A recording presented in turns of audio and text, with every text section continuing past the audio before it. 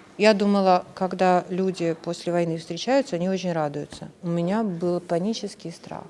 Привет, постой вот здесь. Мне нужно понять, что мы сейчас в Вильнюсе, и что вот мы вместе, и что мы добрались. Не мог я подумать, что со мной такое случится.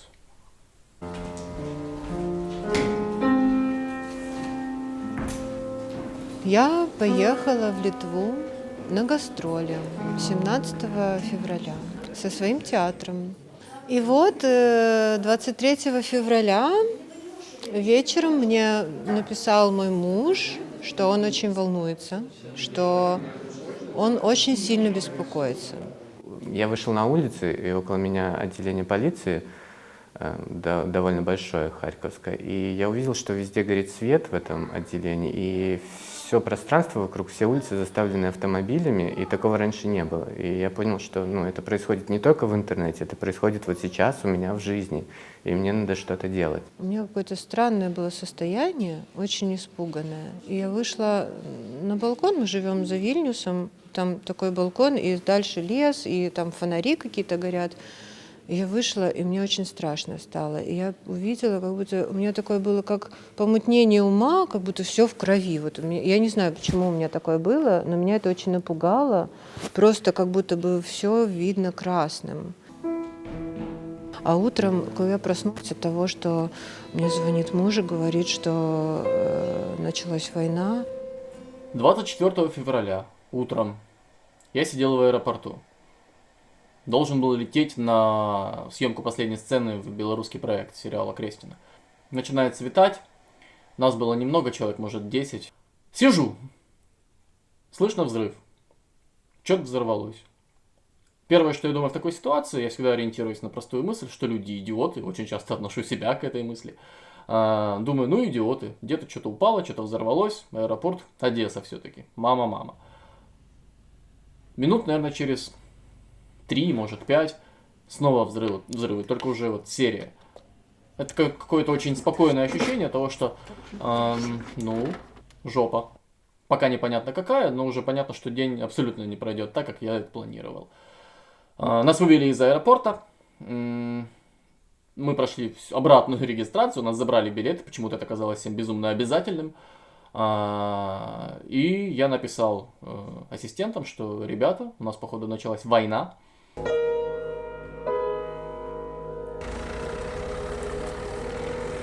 Мы решили завести ребенка 7 лет назад. И решили жить в Барановичах, потому что у нас была квартира в Харькове, в Барановичах лучше было, как экологичнее место, более полезное для здоровья. Мы решили там как-то засесть и жили там долгое время. Все андеграундные люди Беларуси стали моими друзьями, но просто, что это все равно мне не хватало масштабности. Да? Мне казалось, в Беларуси очень сдержанная культура. Контркультура прекрасная, я ей очень восхищалась, она очень как сочная такая, да, то есть там, если человек становится контркультурным, то ему столько нужно преодолеть, чтобы им стать, что он становится просто супер красавчиком в этом. И я это очень ценила, конечно. Я в итоге решила вернуться в Харьков, пожить немножечко. И начался коронавирус. Мой муж быстренько приехал ко мне, и с тех пор мы остались в Харькове жить. И как только я стал адаптироваться к новым условиям жизни, как только я нашел там людей, с которыми можно проводить время, обращаться к помощи, и появилось вот это чувство, что я нахожу свой второй дом, вот началась война, и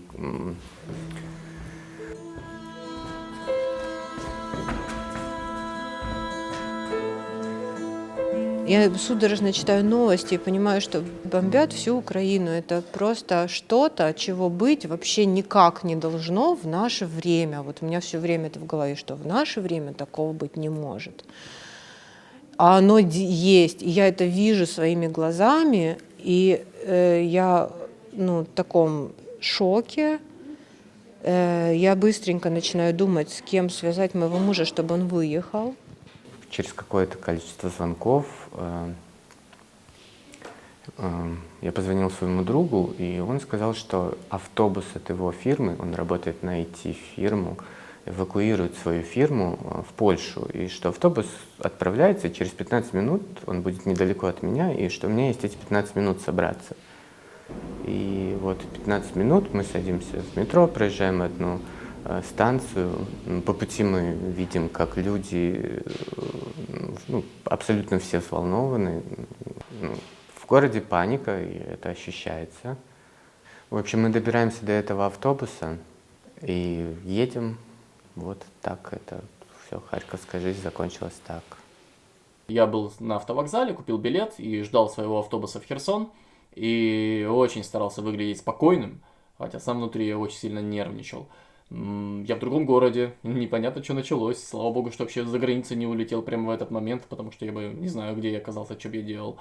У меня дома жена, кошка, я за них переживаю. Мне звонит завтруп, я работаю в театре, у нас есть завтруп, она мне звонит и говорит: вы уже собираетесь? Я говорю: куда? Она говорит: в бомбоубежище. Это никогда не было просто. Продолжается. Это ни черта не законченная история.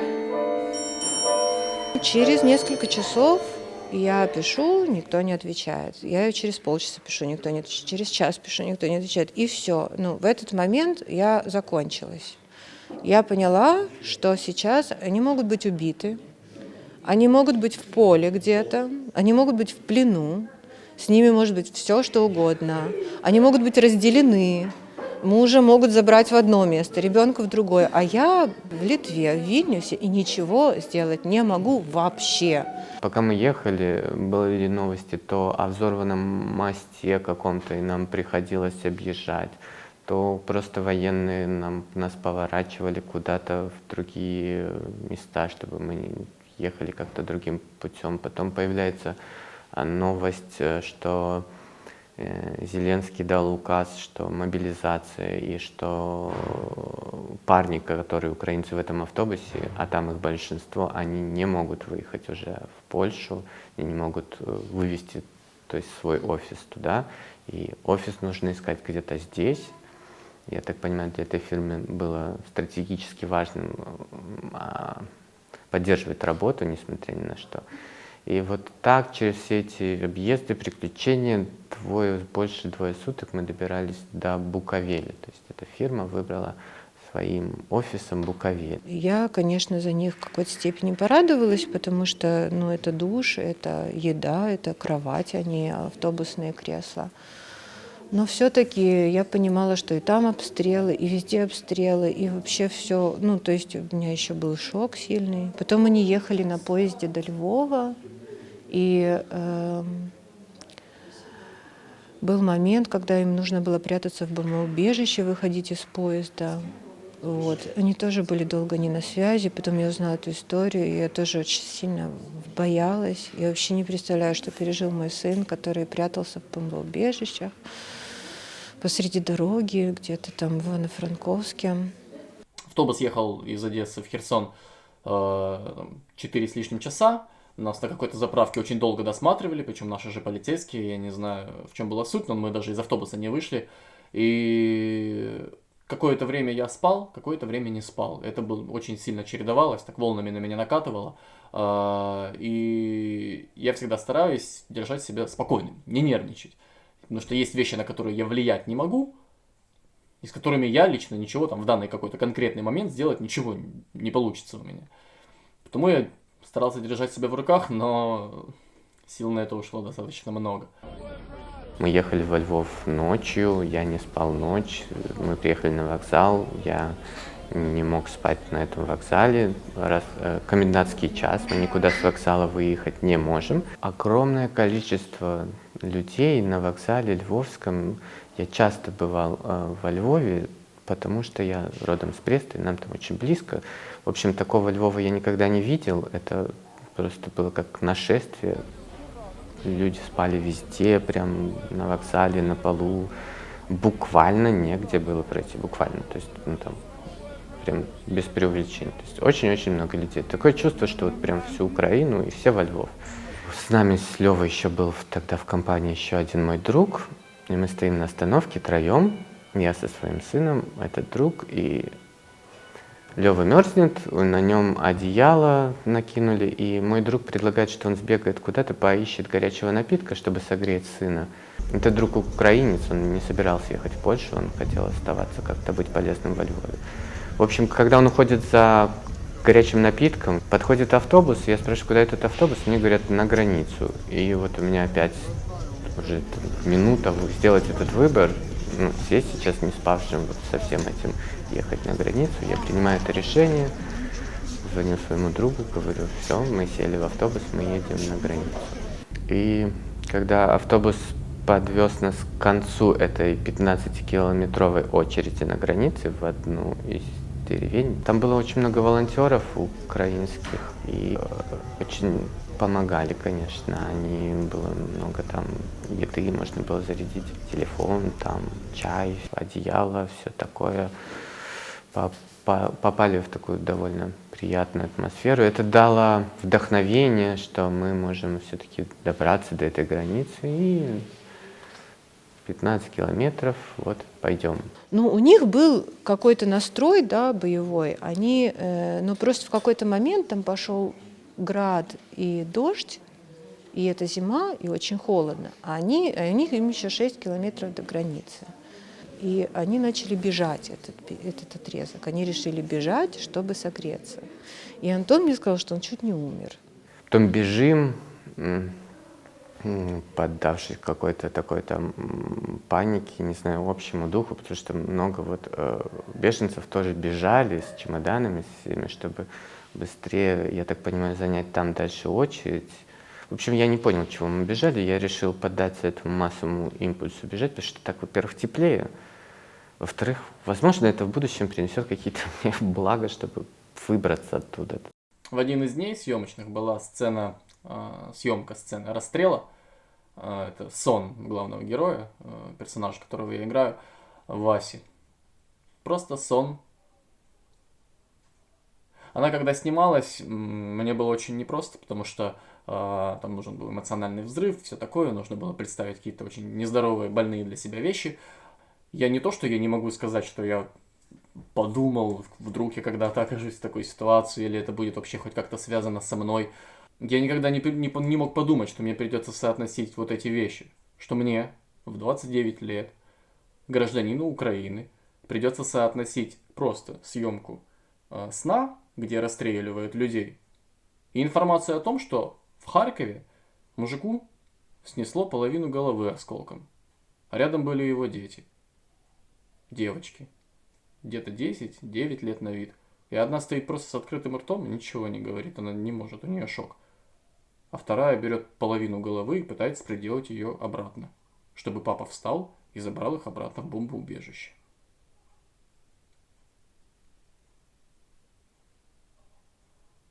Не мог я подумать, что со мной такое случится.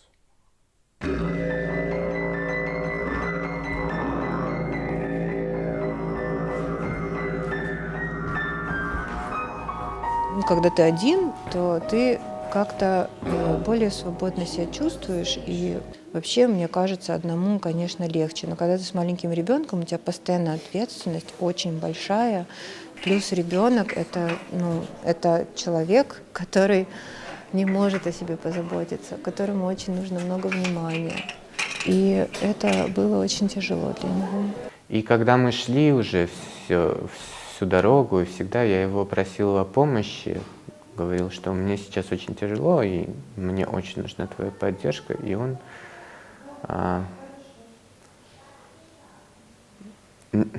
я не ожидал, насколько он стойко все это перенес и прошел эти. Я не думал, что он физически способен пройти 8 километров, потом еще стоять на этом морозе в очереди и как-то сохранять.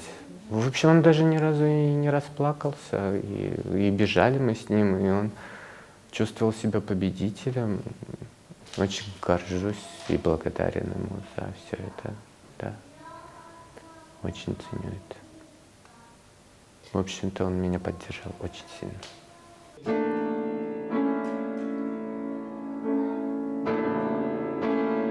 Мы прибегаем еще к одной очереди. Я подхожу к военному, спрашиваю, я белорус, у меня ребенок белорус, в какую мне очередь? Он мне показывает очередь, общую очередь для матерей с детьми, потому что отцов не выпускают.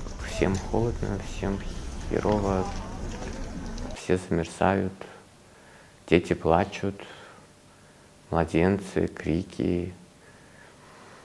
Ну, в тот же момент много гуманитарной помощи, это уже близко к Польше, и прямо ее там через каждые 15 минут можно пить чай горячий, разносят еду какую-то. То есть и поддержка, и есть условия очень тяжелые, и есть измотавшиеся пограничники, которые уже просто орут, все очень уставшие, все на нервах, у всех там. В общем, как-то тяжело видно было там всем, и моя история, наверное, оказалась тогда не самой плачевной. В общем, эта очередь, как там, где с детьми уже было, мы довольно быстро ее прошли, потому что это такая первая, кого пропускали, и достаточно быстро, мало проверяли документы. Польшу приняли тоже очень быстро, просто все, и там со всех сторон объятия, одеяло, ласки, вот это все, ты понимаешь, попадаешь, такой, фу, я прошел это все. Там уже все было чудесно и легко. Слава богу, все относительно было в порядке в Херсоне, в городе, в который я возвращался. Все как бы живы-здоровы, все там дождались. Я приехал домой. Даже получилось в этот день еще пройтись немножко по магазинам, чем-то там затариться. И вечером даже была какая-то попытка мирной жизни. В тот вечер была, что это было, четверг, Лига Европы, а я болею за Барселону. И я даже успел посмотреть первый тайм перед тем, как над нами начали летать самолеты, истребители. Я без понятия, наши или не наши, я не очень хотел выяснять, поэтому мы собрали вещи, кошку и пошли в убежище.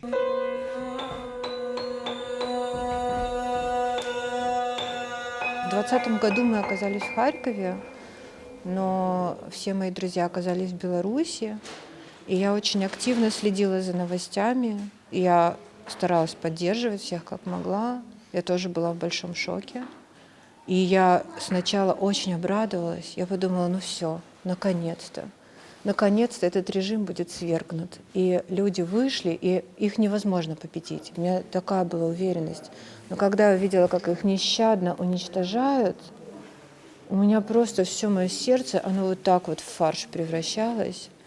И я не знала, что мне делать. Мне было очень больно, очень ужасно. Я не могла в это поверить, я очень долго это отрицала. И в итоге у меня разбилось сердце как будто бы за эту всю историю. Мне многих друзей посадили. Я поняла, что если бы я была в Барановичах, меня бы, скорее всего, посадили бы, потому что я не могла бы молчать и сидеть дома, и мужа, и это была бы просто трагедия, как это стало трагедией для большинства людей. И когда сейчас вся эта война наступила, мне так горько стало, потому что я поняла, что мало очень кто знает про ситуацию в Беларуси 20-х годов, кроме самих белорусов. Да? В Украине вот у меня мало кто знает об этом, кроме меня. А я думала, все знают, если честно. Я только сейчас узнала, что никто не знает, и я понимаю, что репутация белорусов как-то вообще несправедливо испорчена. Вернусь ли я в сериал Окрестина, съемки которого, дай бог, будут летом? Я хочу, а я не знаю. Это одна из тех вещей, которые от меня не зависят. Я хочу. Мне это интересно, меня трогает эта тема, я сопереживаю белорусам. Ну что будет, я без понятия. У меня были мысли, да, что с белорусской именно диаспорой здесь как-то поддерживать связь, что-то быть полезным в этом, в ситуации в Беларуси. Мы были в белорусском доме, там к нам очень тепло отнеслись, собрали нам гуманитарную помощь. Предоставили помещение ребятам для театра. Да, это все значимая помощь. Мы были недавно на мероприятии, на концерте в клубе «Погоня» тут в Вильнюсе. Это тоже белорусские ребята. Там был аукцион. Я видел, как многие люди, многие организации собирают какие-то деньги, отправляют их в поддержку Украине. Я видел, как работает Белорусский дом в этом направлении. Сейчас все, кого я встречаю, белорусские организации, белорусской диаспоры, как я вижу, все помогают Украине сейчас. И нам в том числе, нам тоже в числе что-то помогают вот с этими продуктами, с одеждой. Нам вот собрали эту гуманитарную помощь, да. Я думала, когда люди после войны встречаются, они очень радуются. У меня был панический страх. У меня было очень много сильно напряжения внутри, и мне было очень страшно с ними видеться. И я поняла, что это потому, что я действительно, вот этот какой-то у меня перелом внутренний произошел, и я как будто бы, вот как-то этот человек, который потерял все во мне, возник, и этот человек не может впустить в себя больше ничего. Это как будто очень сложно мне было. Я попыталась поговорить с моей приятельницей. Мне немного помогло, но не сильно полегчало. И мне было очень стыдно испытывать этот страх. Мне казалось, что все ждут от меня, что я буду очень рада. А еще у меня было очень сильное чувство вины, что вот мои родственники спаслись, а у всех остальных они там, и они умирают или могут умереть. И у меня было такое чувство вины, просто страшное. И мне было, опять же, стыдно за это чувство, мне страшно было его признать, показать другим.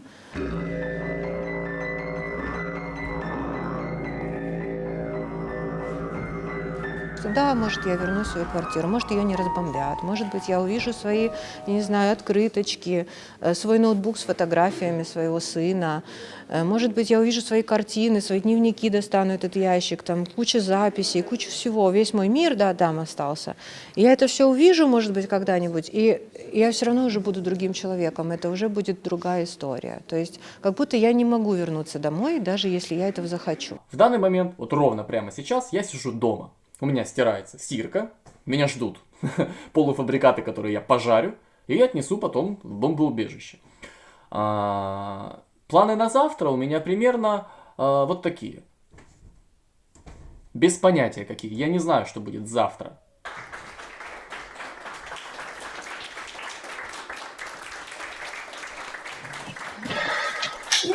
Привет. Меня зовут Марика. Я вот приехала в Вильнюс на гастроли со своим театром. И мы должны были 28 февраля возвращаться в Украину, у нас был билет, но наступил отпуск. Вот, и мы теперь здесь. Мы учимся здесь жить, принимать то, что у нас в жизни происходит. И я для себя поняла, что для меня сейчас очень большое сопротивление принять то, что я беженка. У меня нет одежды с собой никакой, нету каких-то там, не знаю, обуви, ну всего, чем я привыкла пользоваться, да. И мне там что-то передают, гуманитарную помощь, и я такая, о, классный свитер. И тут думаю, блин, это значит, что я... Ну, то есть у меня как-то есть вот с этим связь, что принять эти вещи, это значит осознать себя как беженку. И я не очень понимаю, как это сделать полноценно в своей жизни. Это моя история.